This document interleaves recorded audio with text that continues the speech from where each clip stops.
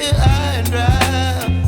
Oh, well, I don't wanna jinx it, baby, and twist myself at the spine.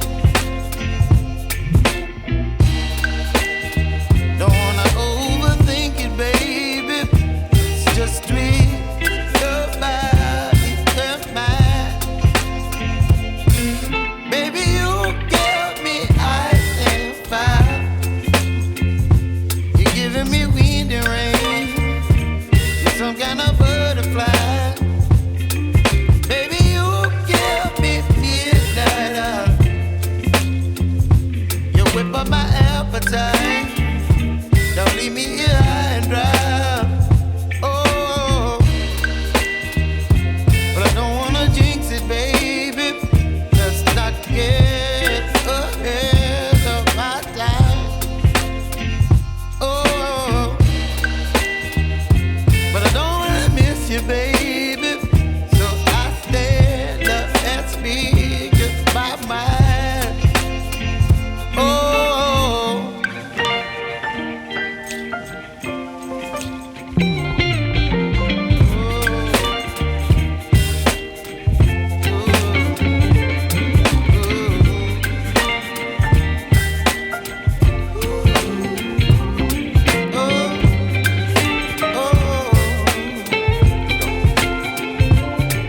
Baby, you give me ice and fire. You're chilling wind and rain. Assalamualaikum warahmatullahi wabarakatuh. Perkenalkan, nama saya Joni Hasan. Saya calon guru penggerak Kabupaten Pangandaran. Mendesiminasikan atau menerapkan, menularkan kepada Bapak dan Ibu guru di sini ya, mengenai materi budaya positif yang harus diterapkan di sekolah kita. Mungkin di sini sudah banyak sekali permasalahan-permasalahan yang terjadi di sekolah kita ini. Tindakannya seperti apa di kita itu? Apakah sudah sesuai? Sudah benar? Tidak? Gitu. Apakah menyalahi keyakinan sekolah dan keyakinan yang sudah diterapkan oleh Bapak dan Ibu guru dengan siswa di sini? Gitu ya. Nah, itu juga harus menjadi pemikiran kita bersama. Gitu. Keyakinan kelas yang pertama di sini, mengangkat tangan untuk meminta izin bertanya atau mau keluar ruangan ini. Yang kedua, menyimak. Ketika presenter sedang menjelaskan, diwajibkan untuk menyimak materi yang disampaikan. Ini merupakan keyakinan kelas atau peraturan kelas kita di sini. Yang ketiga, disiplin. Datang dan selesai juga harus tepat waktu, gitu ya. Tidak hanya datangnya saja yang tepat waktu, tapi keluar juga harus tepat waktu ya. Miskonsepsi ini biasanya kesalahan pandangan mengenai makna arti dari kontrol. Yang pertama di sini, ilusi guru mengontrol murid. Tidak selamanya guru itu harus mengontrol murid ya. Kemudian kedua, ilusi bahwa semua penguatan positif efektif dan bermanfaat. Gitu. Terus yang ketiga, ilusi bahwa kritik dan membuat orang merasa bersalah dapat menguatkan karakter. Biasanya itu pemikiran-pemikiran awal kita yang salah persepsi. Terus yang terakhir, ilusi bahwa orang dewasa memiliki hak untuk memaksa. Kita sebagai pendidik biasanya memaksakan diri kepada siswa untuk wajib nurut apa yang disampaikan oleh si guru tersebut. Silakan Bapak dan Ibu untuk melakukan scan QR-nya yang sudah saya tampilkan di layar dengan menggunakan handphone Bapak dan Ibu. Terima kasih semuanya sudah memasuk satu kata arti dari kata disiplin. Menurut Ki Ageng Dewantara, bahwa disiplin itu memerintahkan diri kita sendiri. Yang biasanya kita itu menyuruh ke anak lain untuk melakukan disiplin, tapi kitanya sendiri tidak melakukan disiplin.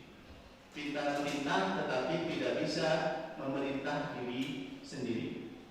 Terus menurut bahasa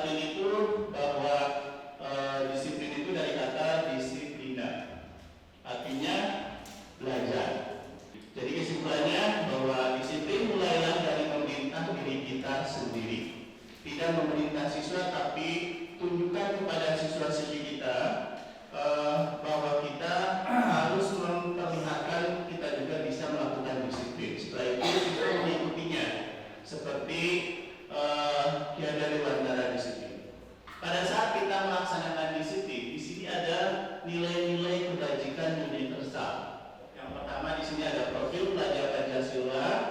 Yang pertama ada beriman dan bertakwa pada Tuhan Yang Maha Esa dan berakhlak mulia, mandiri, bernalar kritis, berkebinekaan global, bergotong royong dan kreatif, dan lain sebagainya. Di sini banyak sekali nilai kebijakan-kebijakan universal yang bisa kita terapkan di sekolah kita. Mau sekolah yang kayak gimana di sekolah kita ini?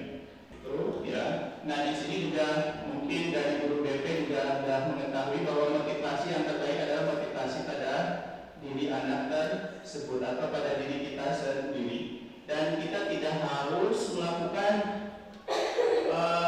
tidak biasanya kita selalu memberikan penghargaan dan hukuman kepada anak, dan itu ternyata tidak baik katanya ya, tidak bagus untuk mendidik karakter anak itu. Tidak harus dengan penghargaan dan hukuman.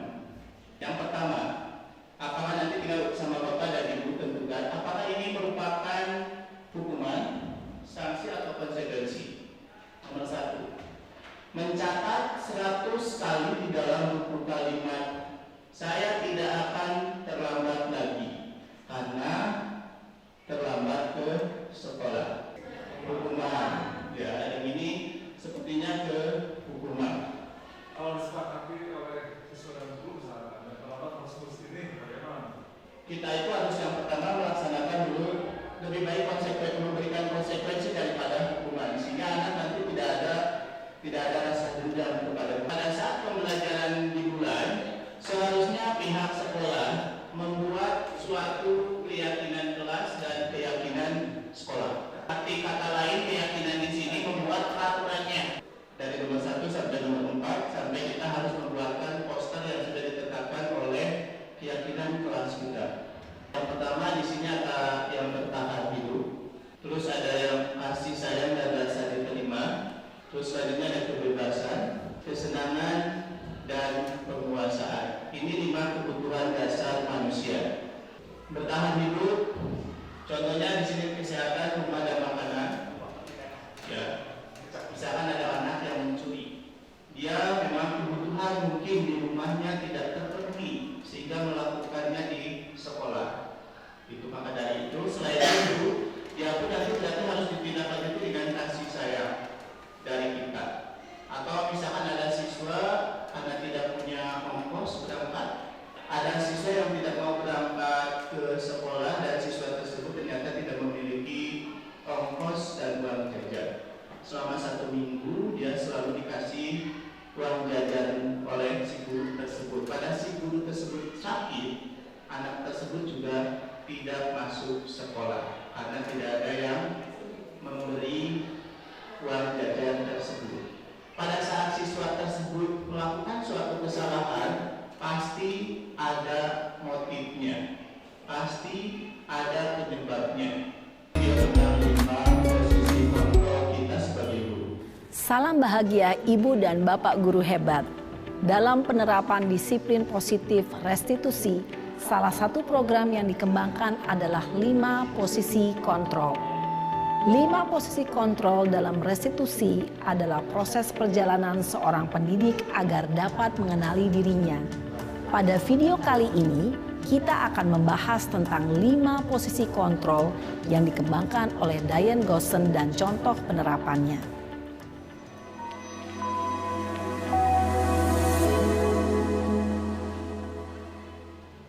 5 posisi kontrol itu adalah 1. Posisi penghukum. 2. Posisi pembuat merasa bersalah. 3. Posisi teman. 4. Posisi pemantau atau monitor. Dan 5. Posisi manajer. Untuk lebih memahami kelima posisi tersebut, mari kita saksikan kasus Naren yang terlambat hadir 20 menit di sekolah dan melihat bagaimana kelima posisi kontrol dalam menghadapi masalah tersebut.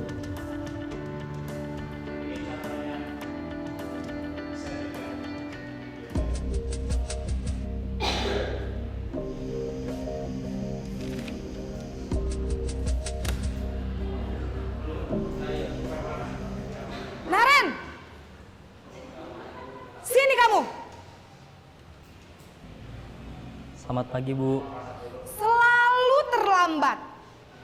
Kamu deh, pasti terlambat. Maaf, Bu. Saya... Apa? Apa coba? Alasan kamu apa lagi? Kapan sih kamu tidak terlambat? Malas sekali ya kamu jadi anak. Saya... Dasar pemalas. Gak kapok-kapok sih kamu. Sudah berapa kali terlambat? Sana, kamu keliling lapangan basket 2 kali. Kenapa saya harus keliling lapangan basket, Bu? Kenapa? Kamu mau lawan ibu? Berani-beraninya jawab. Sudah terlambat, masih berani jawab pula. Sekarang, keliling lapangan basket 5 kali sekalian. Biar kapok. Cepat. Pergi sana ke lapangan basket. Posisi penghukum biasanya berbicara dengan nada tinggi, menghardik, menunjuk-nunjuk, menyakiti, dan menyindir. Hukuman bisa berupa fisik maupun psikis. Ibu dan bapak guru hebat. Dampak yang terjadi pada murid ketika guru berada pada posisi penghukum adalah murid cenderung akan memberontak, bahkan menyimpan dendam.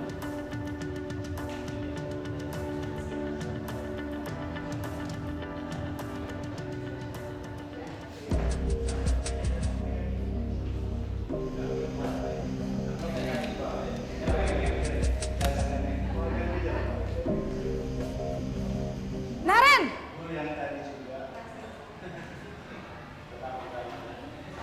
Selamat pagi, Bu. Naren. Kamu kenapa terlambat lagi, nak? Ya Tuhan, Naren. Kamu senang ya bikin ibu susah ya?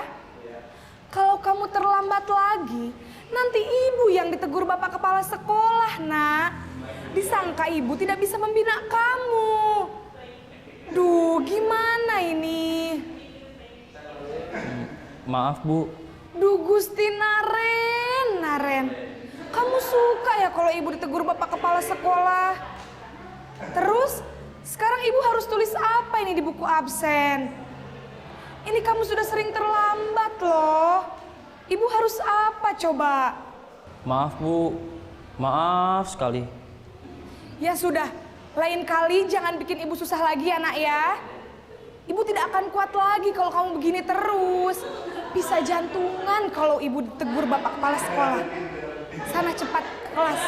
Maaf ya, Bu. Maaf sekali. Posisi pembuat rasa bersalah berbicara dengan nada tenang, cenderung lembut. Namun kata-kata yang diutarakan membuat murid merasa menjadi orang yang gagal. Memandang buruk dirinya sendiri, merasa tidak berharga, dan tidak sanggup membahagiakan orang lain. Ketika guru mengambil posisi pembuat rasa bersalah, murid akan menganggap dirinya yang bersalah dan ia akan menyimpan emosi negatif tersebut di dalam dirinya.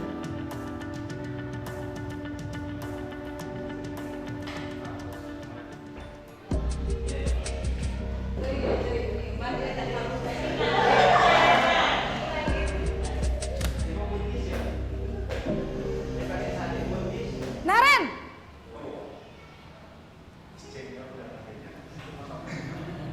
Selamat pagi, Bu. Wah, sudah jam berapa ini nak? Selamat pagi ya sayang. Iya, Bu. Habis ibu saya lupa bangunkan saya, Bu. Kamu malah menyalahkan ibu kamu. Kamu bukannya anak yang larinya paling kencang. Kok terlambat sih? Iya, Bu. Saya memang terlambat bangun tadi. Jadi, biarpun saya lari kencang, tetap gak kekejar, Bu. Ya sudah sana. Nanti lain kali larinya lebih kenceng lagi ya. Biar gak terlambat lagi. Bikin seneng ibu. Demi ibu. Bisa kan? Bisa lah, Bu. Ya sudah sana masuk kelas. Ibu beresin urusan absen kamu. Kamu ini ada-ada saja. Dalam posisi teman, guru berbicara dengan nada suara ramah, akrab, cenderung bersenda gurau untuk menjaga suasana tetap santai. Murid akan merasa senang, aman dan akrab dengan guru. Identitas yang tercipta adalah identitas sukses atau berhasil.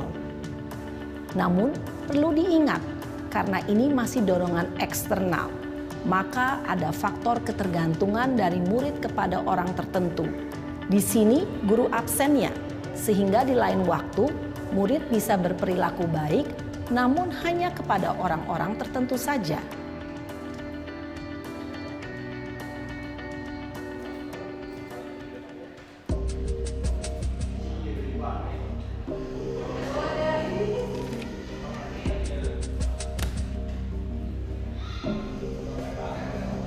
Naren!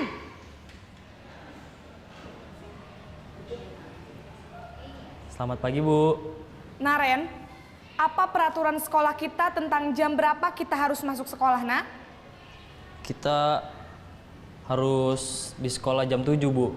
Iya, betul. Sekarang sudah jam 7.20. Naren sudah tahu konsekuensinya jika terlambat hadir. Paham, Bu.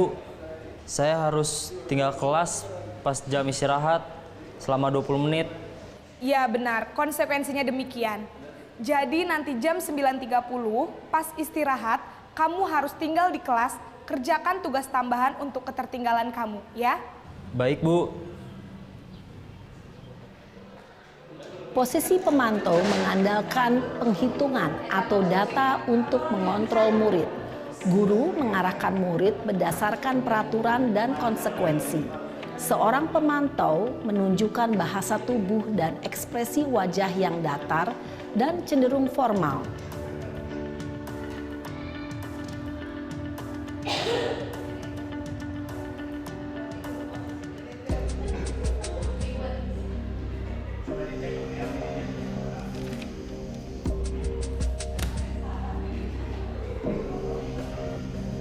Naren!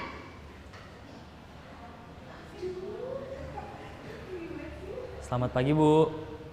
Selamat pagi, Naren. Maaf, Bu. Saya terlambat. Iya, sekolah masuknya jam 7, sekarang sudah jam 7.20. Jadi sekarang bagaimana ini, Naren? Maaf, Bu. Saya lupa setel alarm saya semalam. Baiklah, menurut kamu, keyakinan sekolah yang mana yang perlu kamu tingkatkan? Menghargai diri sendiri dan orang lain mungkin ya, Bu. Setuju. Jadi, apakah Naren meyakini prinsip saling menghormati tersebut? Iya, Bu. Saya meyakininya. Apakah Naren bersedia memperbaiki masalah keterlambatan ini? Bersedia, Bu. Bagaimana kamu akan perbaiki masalah keterlambatan ini? Saya akan coba untuk tidak lupa menyetel alarm saya, Bu. Baik, kalau Naren lupa menyetel alarm di rumah, ada orang yang kira-kira bisa bantu mengingatkan tidak? Ada, Bu. Kakak saya, Kak Ema. Ada lagi selain Kak Ema? Selain Kak Ema, ada ibu saya. Baik, jadi yang mengingatkan Naren adalah Kak Ema dan ibu kamu ya? Kira-kira akan mulai setel alarm kapan nih, Naren? Setelah pulang sekolah, akan segera saya lakukan. Baik, jadi Naren akan setel alarm untuk bangun besok pagi dan akan diingatkan oleh kakak dan ibunda Naren ya. Ada lagi yang mungkin perlu dilakukan, Naren, agar tidak terlambat bangun lagi? Tidak ada, Bu. Baik, Naren. Terima kasih untuk kerjasama kamu. Sekarang kamu perlu kembali ke kelas untuk belajar. Baik, Bu. Terima kasih. Posisi manajer adalah posisi kontrol yang disarankan untuk membimbing murid memiliki sikap disiplin yang positif, yaitu murid yang mandiri, bertanggung jawab, dan dapat memecahkan masalah. Tujuan dari posisi ini adalah agar murid dapat berefleksi atas tindakannya. Guru akan dengan tulus memberikan pertanyaan-pertanyaan bermakna, sehingga membuat murid dapat belajar dari kesalahannya dan mencari sebuah solusi untuk menyelesaikannya. Ibu dan bapak guru hebat, setelah mengamati adegan kelima posisi kontrol tadi, kira-kira posisi mana yang paling ideal? Posisi mana yang dapat menunjang motivasi intrinsik murid? Ya, tentu posisi manajer. Posisi ini memang posisi ideal yang ingin dituju setiap pendidik. Pada posisi inilah, guru dapat menerapkan disiplin positif yang berpihak pada murid, yang memerdekakan murid. Perjalanan seorang pendidik tentunya tidak mudah untuk sampai pada posisi seorang manajer. Namun, tujuan kita pasti, yaitu menciptakan murid-murid yang mandiri, merdeka, dan bertanggung jawab. Semoga penggambaran 5 posisi kontrol yang telah diperlihatkan ini dapat menjadi ajang refleksi bagi kita semua, agar dapat terus mengasah dan menerapkan disiplin positif yang memerdekakan murid. Mari terus berlatih dan bersemangat. Selamat menerapkan. Salam dan bahagia Ibu dan Bapak Guru hebat.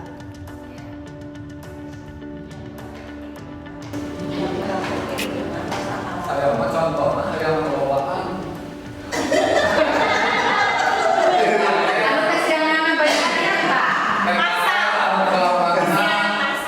Duit itu setengah. Kalau tak pusing. Tak pernah. Sahuran. Kalau habis pelajaran. Yang pelajaran sahuran.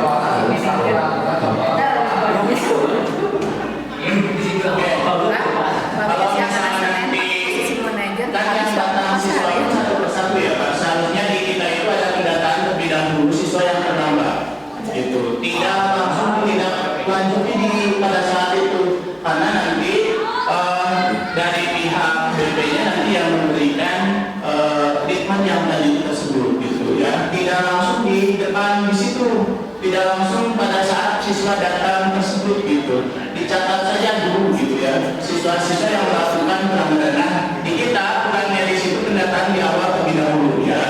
Di kitanya, kalau misalnya di kita sudah ada datanya, nanti dari pihak BP terus melakukan treatment yang diberikan kepada siswa-siswa yang bermasalah yang sering gitu, udah berulang kali gitu. Kalau 1-2 kali nggak usah dikasih yang kayak gitu, capek-capek gitu. Tarik yang sekali diberi teguran yang berlebihan gitu, apalagi yang sampai berujung ke hukuman gitu ya. Tarik kelas masa depan ada KL, ada SN.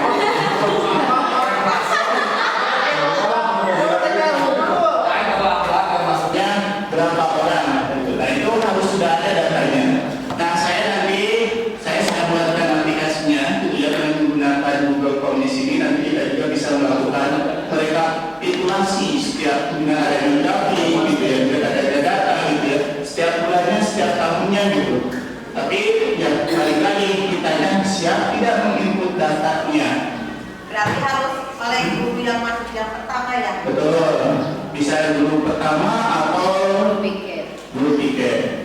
Terus nanti kita juga melakukan siswa absensi secara online. Kalau guru piket kadang kan gini, ada anak yang udah masuk pagi ya, tetapi ke kelasnya itu masuk cincin gue di kantin atau cincin gue di tukang. Ini kan kenapa?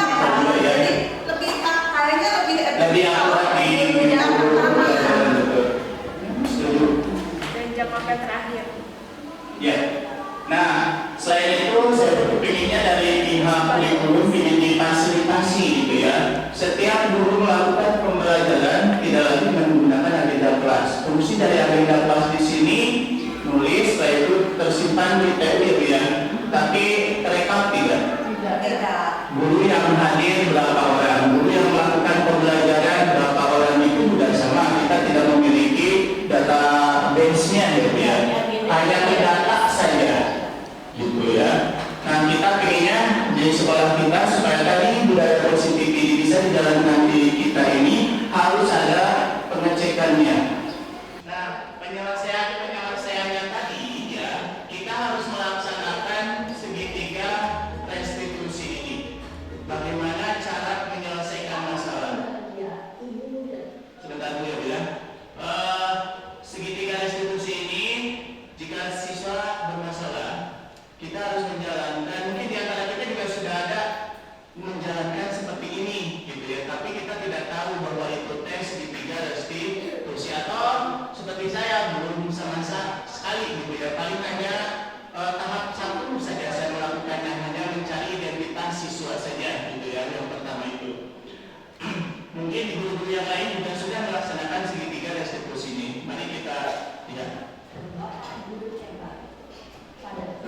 kali ini kita akan membahas tentang salah satu program disiplin positif yang diterapkan di lingkungan sekolah yang dikenal dengan nama restitusi.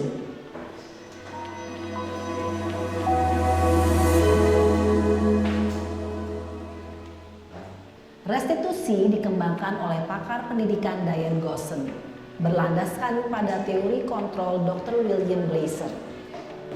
Segitiga restitusi adalah suatu proses dialog yang dijalankan oleh guru atau orang tua agar dapat menghasilkan murid yang mandiri dan bertanggung jawab. Pada saat guru di posisi manajer, aspek yang dikembangkan pada murid adalah motivasi intrinsik, sehingga penanaman nilai-nilai kebajikan dapat tumbuh dan berkembang menjadi suatu kebiasaan positif yang akhirnya membentuk karakter murid. Proses dialog ini terdiri dari 3 langkah yang digambarkan pada ketiga sisi pada segitiga restitusi. Sisi pertama adalah menstabilkan identitas. Sisi yang kedua adalah validasi tindakan yang salah. Dan sisi yang ketiga adalah menanyakan keyakinan. Ibu dan Bapak guru, berikut ini akan ditunjukkan bagaimana seorang guru berada dalam posisi manajer menggunakan penerapan segitiga restitusi.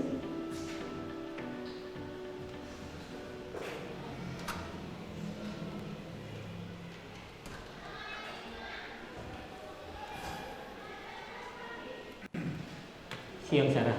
Siang Pak. Sudah lama nggak ketemu Sarah. Kenapa hari ini ada di sini? Kesel Pak, kesel banget. Masa aku dikatain tukang fitnah Pak? Ya aku marah lah.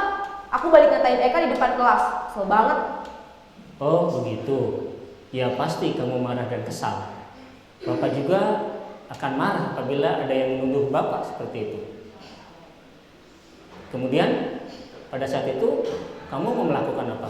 Ya saya langsung ngatain Eka lah Pak. Kesel banget. Saya bentak-bentak dia depan teman-teman lain. Oh begitu. Pasti kamu melakukan seperti itu karena suatu alasan tertentu bukan? Iyalah, masa saya diam saja Pak? Ya saya bela diri lah. Masa saya dituduh tukang fitnah? Ya wajarlah. Mempertahankan harga diri itu sesuatu yang penting buat kamu. Untung kamu tidak bertindak lebih gegabah lagi. Hanya membentak-bentak. Iya Pak. Untung saya masih bersabar dan hanya membentak saja. Sudah gemes padahal. Saya pasti bela diri lah. Ya pasti ya. Tapi kamu memilih untuk tetap bertahan dan bersabar. Kamu memilih untuk tidak berbuat lebih parah lagi bukan? Iya. Nah sekarang coba kita lihat lagi tindakan kamu yang bentak-bentak Eka di kelas. Tindakan kamu itu kira-kira sesuai dengan keyakinan kelas atau prinsip kamu tidak? Enggak lah Pak. Capek Pak jadi pemarah. Jadi keyakinan atau prinsip mana yang kurang sesuai dengan keinginan kamu? Ya saya sebenarnya sangat menghargai orang lain. Mungkin saat itu saya menjadi emosi. Jadi tidak menunjukkan sikap itu. Kamu meyakini tidak? Menghargai orang lain itu penting buat kamu.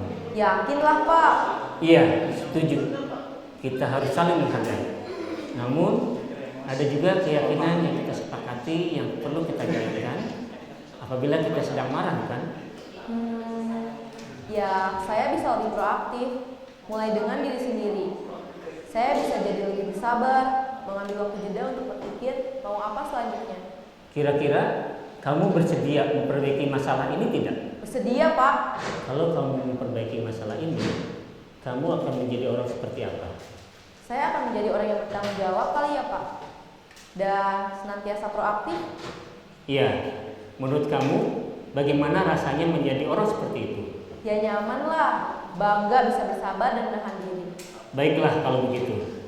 Yuk kita pikirkan bagaimana memperbaiki masalah ini.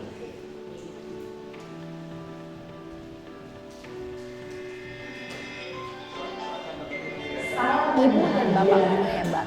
Baru saja kita menyaksikan contoh bagaimana seorang guru berada dalam posisi manajer menggunakan penerapan segitiga restitusi.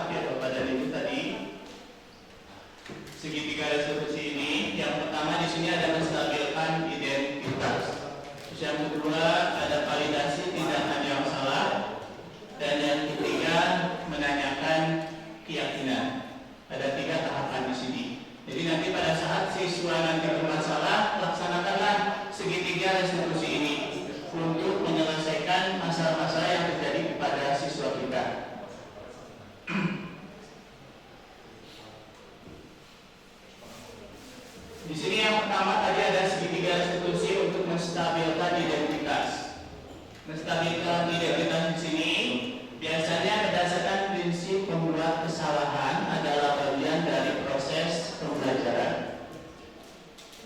Berperan menggeser identitas murid dari identitas gagal ke identitas sukses. Jangan mengkritik murid yang sedang mengalami identitas gagal. Ya, pada saat siswa gagal, jangan mengkritiknya katanya. Terus ajukan pertanyaan, membuat kesalahan sesuatu yang wajar.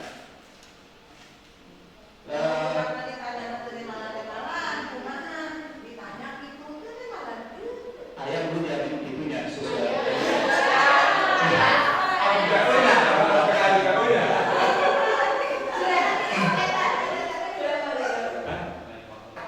Sehingga kita tambah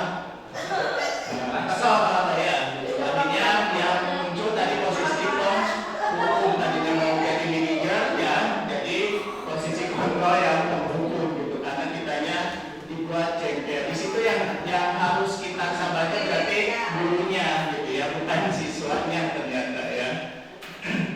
Terus kita memberikan penjelasan kepada anak saja ya. Pada saat nanti kita menemukan suatu permasalahan, contohnya saya juga pernah mengalami kayak PKL ya, siswa sedang PKL di sini sampai ada intervensi dari orang tua siswa.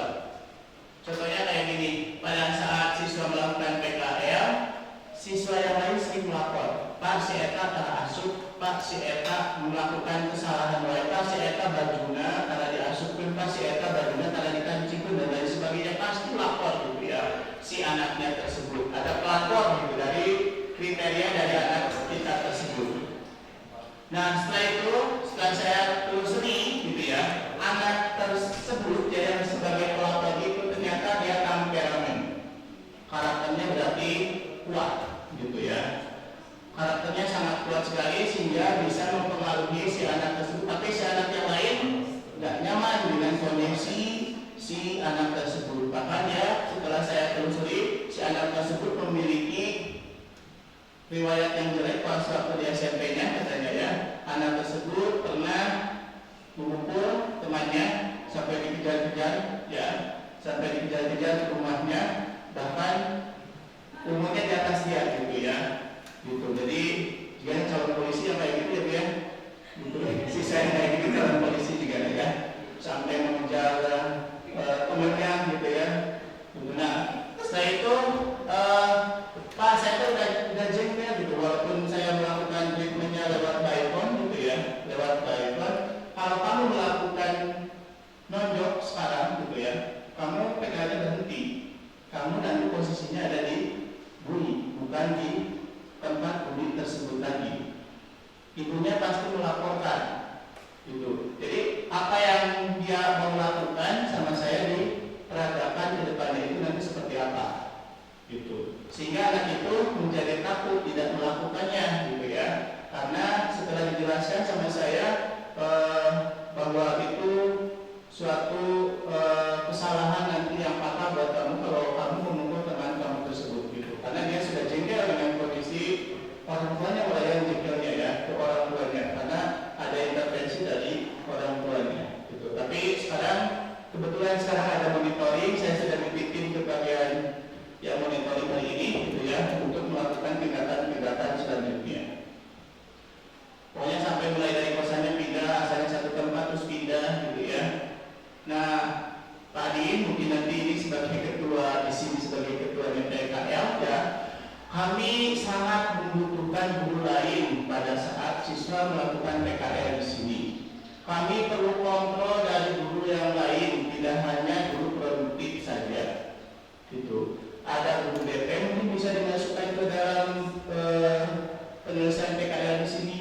Ada guru agama, ada guru PKL dan lain sebagainya. Bahasa Indonesia pun harusnya masuk gitu ya. Sehingga terjadi kolaborasi di antara guru mata pelajaran yang lain, tidak hanya guru produktif saja gitu ya. PKL itu miliknya guru produktif, itu persepsi yang salah. Harusnya semua guru berkolaborasi untuk memantau anak-anak ketika melakukan PKL di sini. Gitu. Pak Adin, ini usulan dari saya. Mudah-mudahan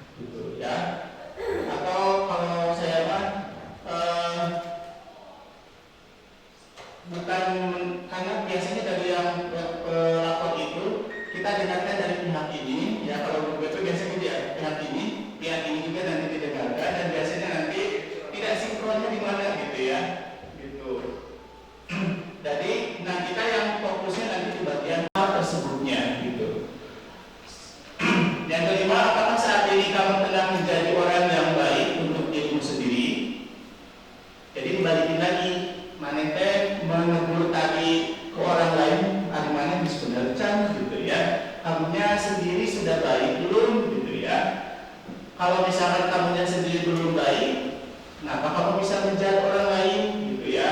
Nah seperti itu. Jadi dibalik-balikin lagi nanti ke siswanya. Itu untuk menstabilkan identitas. Selanjutnya validasi tindakan yang salah. Validasi tindakan yang salah berdasarkan prinsip setiap perilaku berupaya. Guru akan menggeser dari pemikiran stimulus respon menjadi proaktif dari siswanya. Mengenali dan mengakui kebutuhan murid ini dan dapat memperbaiki hubungan dengan murid. Tadi seperti yang ditampilkan di dalam video ya, actingnya sangat bagus sekali ya siswa tersebut gitu ya. Kalah gurunya actingnya ya dengan siswanya. Terus yang terakhir, pernyataan atau pertanyaan disampaikan dengan nada suara tidak menghakimi atau memojokkan siswa tersebut atau murid. Ya. Di kita itu ada yang disebut dengan guru itu harus menghamba kepada murid, bukan menghamba sujud syukur kepada murid, bukan seperti itu ya. Itu hanya apa namanya, kiasan ya. Ada kiasan di Ki Hajar Dewantara bahwa pendidik menghamba kepada murid. Ya walaupun ada murid di sini tidak apa-apa ya. Ada menghamba di sini bukan menghamba seperti kepada Allah ya, tapi menghamba di sini ya. Kita itu memberikan kebebasan kepada murid tersebut. Bukan kita lagi menjadi menghakimi kepada murid tersebut. Harus menjadi segala sesuatunya semuanya dilakukan demi murid. Gitu. Terus ajukan pertanyaan, kamu bisa saja bertindak lebih gegabah lagi dari ini. Tadi di video yang sudah muncul ya, kamu bukan melakukannya tanpa suatu alasan tertentu. Kamu melakukannya karena memperhatikan sesuatu yang penting bagimu. Terus mungkin kamu bisa mempelajari suatu perilaku baru yang lebih efektif. Bersediakah kamu mempelajarinya? Tadi sudah muncul juga ya ini ya, sehingga nanti ada penjelasan di akhir. Dan yang terakhir di sini menanyakan keyakinan. Teori kontrol menyatakan bahwa pada dasarnya kita termotivasi secara intrinsik, itu ya. Terus yang kedua, saat perilaku telah divalidasi dan identitas sukses telah stabil, maka murid telah siap mengaitkan keyakinannya dengan tindakan yang salah. Nah ini kunci dari menanyakan keyakinannya, gitu. Kalau tadi kondisinya identitasnya sudah stabil, ya, maka kita bisa melanjutkan mengaitkan keyakinannya dengan tindakan yang salah. Ajukan pertanyaan sebagai keluarga atau kelas, apa yang kita yakini? Tadi keyakinan kelas atau keyakinan sekolahnya. Terus yang kedua, nilai-nilai apa yang pernah kita sepakati? Tadi dihubungkan dengan nilai-nilai kebajikan universal tadi, ya. Seperti apa sebuah gambaran sebuah kelas yang ideal bagi kamu? Nanti boleh ditanyakan seperti itu. Kamu ingin menjadi orang seperti apa? Nanti juga bisa menjadi solusi di akhir, gitu ya. Di solusi di akhir untuk menanyakan keyakinan.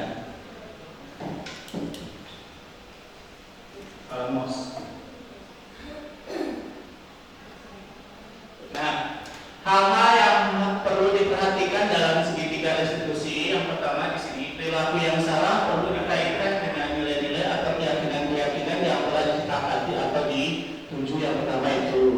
Yang kedua, kesediaan orang yang melakukan kesalahan untuk memperbaiki masalah. Ternyata pada saat kita memperbaiki masalah tersebut tidak harus dua-duanya diambil gitu, atau ditepungkan gitu ya, istilah nama. Jangan gelut, bisa ada yang dua orang siswa gelut gitu, jangan langsung ditepungkan dua-duanya gitu, harusnya satu-satu. Pemecahan masalah sebisa mungkin relevan atau memiliki hubungan dengan masalah yang ada. Terus perlu adanya suatu usaha perbaikan dari pihak yang berbuat kesalahan, karena nanti setiap siswa melakukan masalah pasti dua-duanya memiliki permasalahan sendiri. Saya jengkel, saya apa gitu ya, saya tidak terima diperlakukan seperti ini. Nah itu yang harus digali oleh kita, sehingga nanti bisa dikembalikan lagi untuk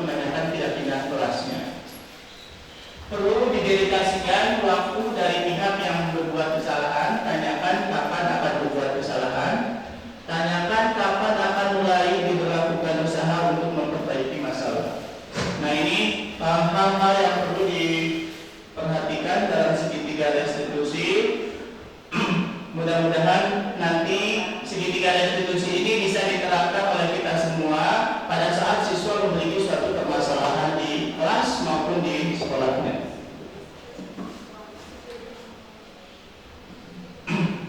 Dengan melaksanakan segitiga restitusi, harapan kita itu yang pertama di sini murid menjadi lebih kuat secara pribadinya. Terus yang kedua, membuka wawasan murid agar dapat menyelesaikan permasalahan sendiri. Dan yang ketiga, murid semakin percaya diri, mandiri, dan merdeka. Gitu. Nah itu kunci dari segitiga restitusi ini, harapan dari kita semua, sehingga nanti siswa tidak ada lagi yang bermasalah dengan pembahasan yang terjadi tadi. Bagaimana Bapak dan Ibu di sini sudah mengerti apa yang tadi disampaikan? Ini bukan dari saya, ini dari kementerian ya. Saya hanya menyampaikan apa yang disampaikan dari pihak mereka gitu ya. Bagi Bapak dan Ibu guru di sini yang belum berkesempatan untuk mengikuti guru penggerak, maka ikutilah guru penggerak tadi ya. Walaupun gagal, coba lagi gitu ya, sampai berhasil ya. Mungkin itu dari saya untuk dari guru penggeraknya. Mudah-mudahan bermanfaat, mulai dari budaya positif. Dan di sini sudah ada stakeholdernya, Wakasek Kubit dan Wakasek Sargas. Mungkin nanti pada saat di awal tahun ajaran baru kita harus bisa menerapkan keyakinan sekolah kita yang mau gimana di sekolah kita ini. Budaya positif yang mana yang akan diterapkan di sekolah kita. Mungkin dari saya hanya bisa segini saja. Wabillahi taufiq wal hidayah. Wassalamualaikum warahmatullahi wabarakatuh.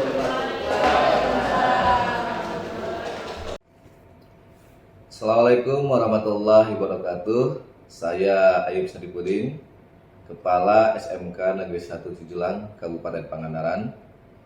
Merasa bangga sekaligus bersyukur di mana salah satu guru terbaik kami, yaitu Bapak Joni Hasan, saat ini sedang mengikuti dan melaksanakan program calon guru penggerak. Tentunya saya sebagai kepala sekolah sangat mendukung dan sangat mensupport berbagai aktivitas dalam rangka implementasi program tersebut. Di antaranya diseminasi budaya positif di sekolah bagi guru-guru yang lainnya. Tentunya diharapkan akan meningkatkan kompetensi guru sebagai pemimpin pembelajaran yang berpusat pada peserta didik atau murid, di mana guru harus mampu memposisikan diri sebagai pengontrol manajer dalam pembelajaran.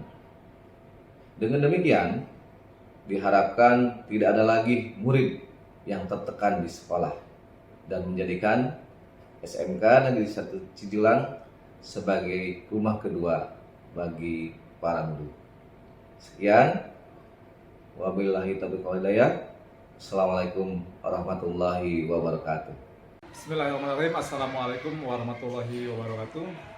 Saya Adin Permana, Wakasek Humas Bin SMK Negeri 1 Cijulang, akan memberikan testimoni terkait Pak Joni. Alhamdulillah dari sekolah kami ada perwakilan calon guru penggerak yang alhamdulillah sudah melaksanakan pengimbasan budaya positif di sekolah, yang insya Allah akan kami terapkan di sekolah kami. Ini sangat bermanfaat sekali.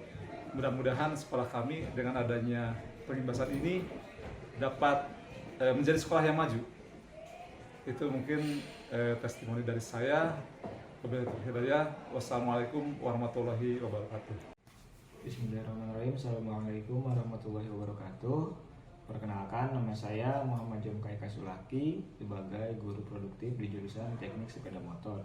Saya akan memberikan sedikit testimoni mengenai kegiatan diseminasi budaya positif yang telah dilakukan oleh calon guru penggerak angkatan ke-6 atas nama Bapak Joni Hasan STMN. Nah, kegiatan yang dilakukan sangat bagus karena di dalamnya terdapat beberapa materi. Yang pertama pada posisi kontrol, kemudian ada tentang keyakinan sekolah, kemudian dan juga segitiga restitusi. Nah, materi yang diberikan sangat bagus, terutama untuk segitiga restitusi, karena jika menemukan suatu permasalahan atau siswa yang melanggar keyakinan sekolah atau kelas itu bisa ditangani sebagaimana mestinya sehingga tidak memberikan dampak negatif kepada siswa itu sendiri. Selain itu, untuk posisi kontrol yang 5 yang disampaikan oleh Bapak Joni Hasan itu memberikan gambaran bahwa seorang guru atau pendidik itu seharusnya berada di posisi sebagai manajer, karena jika sebagai penghukum contohnya ataupun yang lainnya itu banyak memberikan dampak yang tidak baik untuk siswa, sehingga kita sebagai guru bisa mengkaji ulang atau melakukan evaluasi diri sehingga untuk memposisikan diri sebagai manajer, karena hal itulah yang dituntut agar siswa tidak menerima hal-hal yang tidak diinginkan sehingga memberikan efek negatif. Sekian mungkin yang bisa saya sampaikan. Kegiatan guru penggerak diharapkan ke depan banyak memberikan perubahan kepada sekolah-sekolah dan juga menjadi membantu pendidikan Indonesia agar lebih maju. Sekian dari testimoni dari saya, kurang lebihnya mohon maaf. Wassalamualaikum warahmatullahi wabarakatuh. Assalamualaikum warahmatullahi wabarakatuh. Perkenalkan, kami dari tim bimbingan konseling SMKN 1 Cijulang. Saya Tina, saya Binwin, dan saya Nazakania. Ya, di sini kami akan mereview mengenai apa yang kemarin disampaikan oleh Pak Joni, yaitu diseminasi budaya positif di lingkungan SMK Negeri 1 Cijulang. Pemaparannya cukup jelas dan bagi kami selaku guru BK cukup tercerahkan bagaimana nanti untuk menghadapi siswa yang bermasalah. Ya, adapun untuk Pak Joni sebagai guru penggerak, kalau menurut saya di sini saya pribadi dan juga kami semua di sini sangat merasa terbantu dalam hal membantu kami membangun budaya positif di sekolah, baik dalam keseharian maupun ketika dalam pembelajaran. Dari materi yang disampaikan mungkin ada 5 hal yang kami dapat ambil positifnya. Yang pertama, tentang bagaimana cara kita menghadapi anak ketika anak melakukan hal-hal yang menurut kami harus ada sanksi dan konsekuensinya. Yang kedua, mungkin kerjasama BK dengan sekolah dalam hal penanganan anak mengenai hal-hal yang dilakukan di luar kendali sekolah. Yang ketiga, dari materi yang disampaikan Pak Joni mungkin kami memperoleh bahwa tidak semua yang diterapkan di sekolah itu baik untuk siswa. Posisi kontrol yang pertama posisi sebagai penghukum, dan yang kedua ada posisi sebagai teman, yang ketiga ada posisi sebagai monitor atau pemantau, dan yang keempat ada posisi sebagai motivator, dan yang terakhir atau yang kelima posisi sebagai manajer. Ya, demikian review dari kami. Terima kasih Pak Joni. Semangat Pak Joni, tuntaskan sampai akhir. Tergerak, menggerakkan. Assalamualaikum warahmatullahi wabarakatuh. Assalamualaikum warahmatullahi wabarakatuh. Perkenalkan, nama saya Andri, saya mengajar informatika di kelas 10. Dan saya Nuni Apreni Fitria, saya mengajar bahasa Inggris di kelas 10 dan kelas 11. Saya sangat bahagia dan bersyukur karena salah satu dari rekan kami di SMK Negeri Cijulang ini, yaitu Pak Joni Hasan, menjadi calon guru penggerak. Karena selama ini yang saya rasakan, ketika saya mendapatkan problem atau masalah dalam pembelajaran, beliau sering sekali saya jadikan untuk tutor sebaya atau teman sharing yang sering memberikan saran dan masukan yang sangat bermanfaat bagi saya. Dan dari saya, Pak Joni itu sebagai kepala program yang sangat mensupport timnya dan juga sering membimbing kami dalam hal pengajaran apapun. Kemarin kami mengikuti diseminasi budaya positif yang dilakukan oleh Pak Joni.